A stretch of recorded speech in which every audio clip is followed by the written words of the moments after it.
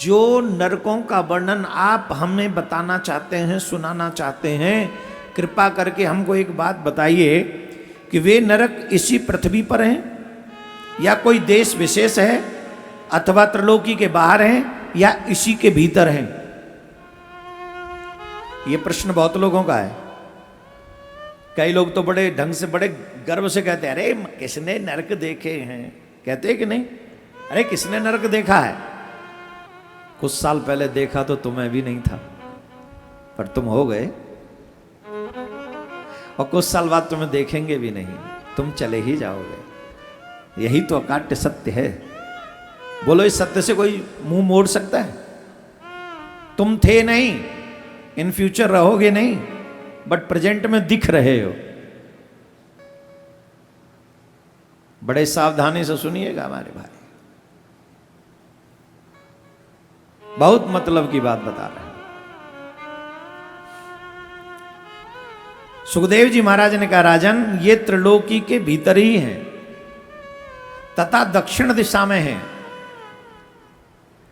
इसी दिशा में अग्निवास आदि पितृगण रहते हैं और अपने वंशधरों के लिए प्रार्थना करते रहते हैं, भगवान से भजन करते रहते हैं कि जो हमारी पीढ़ी है, जो हमारे लोग हैं, जो हमारे वंशज हैं, वो प्रसन्न रहें। उसी दक्षिण दिशा में अभी श्राद्ध पक्ष गया है। काफी पढ़े लिखे लोग कहते हैं हम श्राद्ध नहीं करेंगे। आपको भी ऐसे ज्ञानी महापुरुष मिलते होंगे जो कहते होंगे, अरे पागल है ये, क्या कोई ज्ञान, इससे क्या होगा। कौआ के खाने से कोई हमारे पितरों तक पहुंचेगा? ब्राह्मणों के खाने से पितरों तक पहुंचेगा? अग्नि के खाने से कोई पितरों तक पहुंचेगा? तेरे मुंह में खाने से पेट तक कैसे पहुंचता है? कैसे जाएगा यहां से? कितना छोटा सा जगह है, अंदर कैसे जाएगा? और ये जाने का रास्ता बनाया किसने? जवाब दीजिए। ये विधान किसने बनाया कि मुंह से खाओ पेट में पहुंचाओ? बोलो बोलो बोलो। परमात्मा नहीं बनाया ना।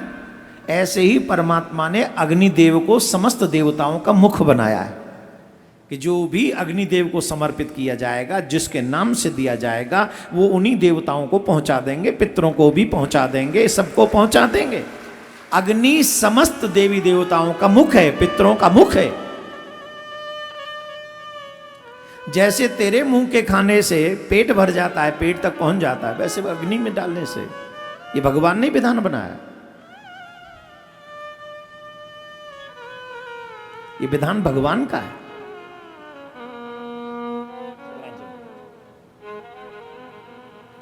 एक बार जोर से बोलिए, राधे राधे। ऐसे बात नहीं बनेगी, और जोर से बोलना पड़ेगा। पितरों के प्रसन्न करने पर देवता स्वतः ही प्रसन्न हो जाते हैं। जिनके पितर रूठ जाते हैं उनका वंश नहीं चलता है। जिनके पितर रूठ जाते घर में कभी शांति नहीं रह सकती। जिनके पितर रूठ जाते हैं उनके काम कभी आगे नहीं बढ़ते, बनते बनते काम बिगड़ जाते हैं, घर टूटने लगते हैं, परिवार बिखर जाते हैं। क्यों? वो पितर कहते हैं हम तुम्हारी प्रार्थना के लिए यहाँ भजन करते हैं, तप करते हैं, और तुम हमारे रिस्पेक्ट नहीं, आदर नहीं करते, तुम्हारा अनादर करते हो। इसलिए हर पूर्णिमा अमावस को अपने पितरों को याद किया करो और उन्हें याद करके उनके नाम से जल, भोजन इत्यादि जो निकाल सको निकाला करो। श्राद्ध पक्ष में तो श्राद्ध करना ही चाहिए। तो सुखदेव जी कहते हैं, राजन जहां पितृगण अपने वंशधरों के लिए मंगल कामना करते रहते हैं, उसी दक्षिण दिशा में नरक है। कौन कौन व्यक्ति कैसे कैसे कर्म करने के बाद किस किस नरक में जाता है, हम सब तुम्हें बताते हैं। तुम सावधानी पूर्वक सुनो। उन नरकों की संख्या क्या है? कई लोग कहते हैं महाराज अलग अलग पुराणों में अलग अलग संख्या मिलती है। यहां लोक बताए गए, वन बताए गए। देवी भागवत पुराण में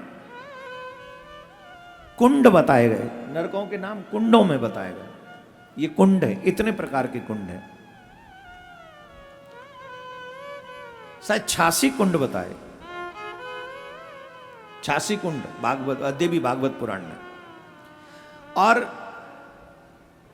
नरकों का वर्णन तो अनेक अलग अलग है, बहुत प्रकार के नरक हैं, पर प्रमुखतः 28 नरक हैं राजन, 28 प्रकार के प्रमुख नरक हैं। जिन नरकों में जाने पर, मैं 28 तो नहीं सुनाऊंगा आपको, कुछ नरकों का वर्णन आपको सुनाता हूं, ध्यान से सुनो। जो पुरुष दूसरे के धन को, संतान को अथवा इस दूसरों की स्त्रियों का हरण करता है, आजकल यही हो रहा है।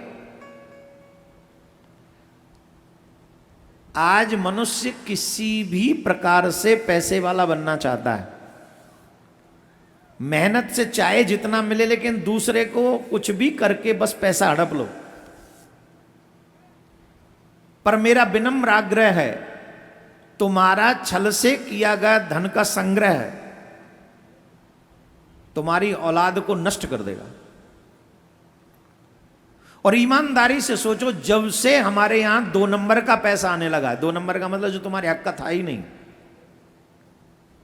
और वो तुम्हारे आने लग गया किसी भी योजना से, षड्यंत्र से वो आने लग गया, उसके बाद तुम्हारे बच्चों का हाल क्या हो गया बताओ, परिवार का हाल क्या हो गया बताओ, घर की स्थिति क्या। इस पर चिंतन करो। पैसा इंपॉर्टेंट नहीं है, money is not important, family is most important my dear. आपके बच्चे ज्यादा जरूरी हैं।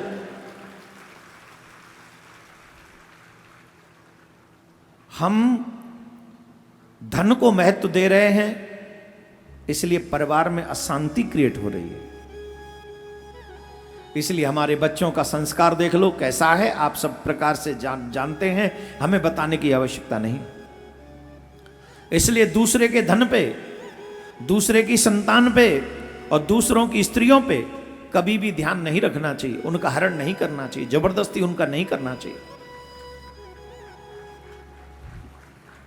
उन्हें, जो लोग ऐसा करते हैं, उन्हें अत्यंत भयानक यमदूत काल पास में बांधकर तामिश्र नामक नरक में गिराते हैं। उस नरक का नाम है तामिश्र नरक। कौन सा?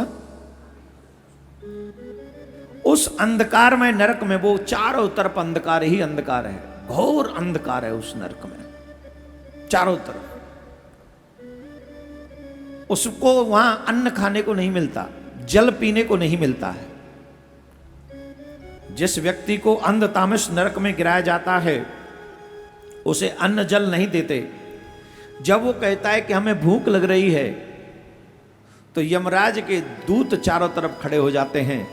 जब वो कहते हैं भूख लग रही है, तब वो डंडों की बरसात उसके ऊपर करते हैं, चारों तरफ खड़े हो गए, और जिधर से बच के भागता उधर ही डंडे पड़ते हैं। कौन? जो दूसरों के धन, पुत्र और स्त्री पर नजर रखता है, उनका हरण कर लेता है, उनके साथ ऐसा व्यवहार वहां पर होता है। उन्हें फिर डंडों से मार खानी पड़ती है, और यमराज के दूत उन्हें भय दिखाते हैं, और इसी से पीड़ित करके, उन्हें दुखी करके याद दिलाते, बताओ तुमने क्या किया था, तब वो मार होता है। तो जो व्यक्ति किसी को धोखा देकर,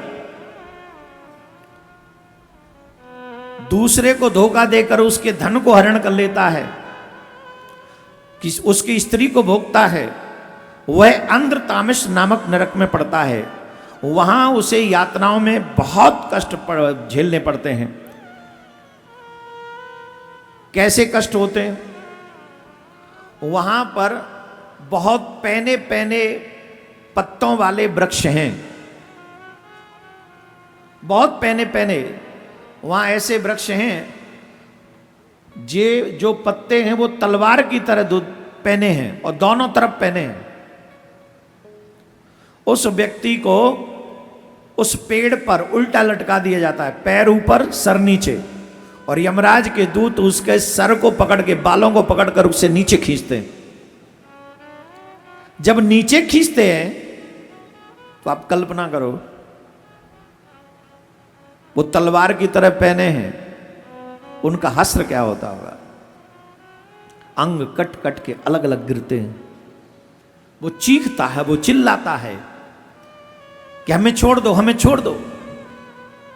तब वो कहते हैं हमने तो तुझे छोड़ ही दिया था, भगवान ने कितनी बड़ी कृपा करी थी, तुझे मनुष्य बनाया था और मनुष्य बनाकर ये अवसर दिया था कि जाओ कुछ ऐसे कर्म करो जिसकी वजह से तुम्हारा ये बार बार का आना जाना बंद हो जाए, पर तुमने इस तरफ ध्यान नहीं दिया और तुम बुरे कर्म करते रहे और उनके चक्कर में अब इन नरकों के चक्कर भी तुम ही को काटने पड़ेंगे। झेलो, जो तुमने किया है वही तुम्हें झेलना है। और सुनिए कितना विचित्र, जो व्यक्ति ये सोचता है मैं ये हूं वो भी नरक में जाएगा। क्यों? आप अपनी झूठी आइडेंटिटी दिखा रहे हो सबको, तुम शरीर हो ही नहीं। जो अपने आप को शरीर समझता है और शरीर का अभिमान करता है, जो पुरुष या स्त्री लोक में ये शरीर में हूं और ये स्त्री धनाद, ये स्त्री मेरी है और इस देवियां सुझे ये बिंद मेरा है, तो ये मेरी स्त्री है, ये मेरा धन है, ये मेरा शरीर है, ऐसा सोच रखने वाला व्यक्ति भी नरक में जाता है। ऐसी बुद्धि रखने वाले प्राणियों को और दूसरों से द्रोह करने वाले प्राणियों को, कुटुंब का पालन पोषण में लगे रहने वाले व्यक्ति को अपना शरीर छोड़ने के बाद अपने पापों के कारण स्वयं ही रौरव नरक में गिरना पड़ता है। कौन से नरक में? ध्यान से सुनिएगा। किस व्यक्ति को? जो कहता है ये शरीर में हूं, जो सोचता है ये पत्नी पति मेरा है, ये धन मेरा है, ये मकान मेरा है और सिर्फ इसी में लगा रहता है, अपना पेट भरो, अपने परिवार का पेट भरो, बस हो गई जीवन पूरी, इसी से हमें कोई फर्क नहीं पड़ता। ऐसे अज्ञानी व्यक्ति को स्वयं जाकर रौरव नरक में गिरना पड़ता है। इस लोक में उसने जितने जीवों का जिस प्रकार कष्ट पहुंचाया है, पोषण कर, वो अपने शरीर को छोड़कर रौरव नरक में गिरता है। इस लोक में उसे जिन जीवों को जिस प्रकार कष्ट पहुंचाया होता है, परलोक में यम यातनाओं के समय आने पर वे जीव रूरू होकर उसी प्रकार उसको कष्ट पहुंचाते हैं। इसीलिए इसका नाम रौरव है। और रूरू सर्प से भी अति क्रूर एक जीव का नाम है जो उस व्यक्ति के ऊपर आक्रमण करता है। उस रौरव नरक में पहुंचते ही उसको बहुत वेदना पहुंचाता है, उसे दुखी कर डालता है, उसे परेशान करता है।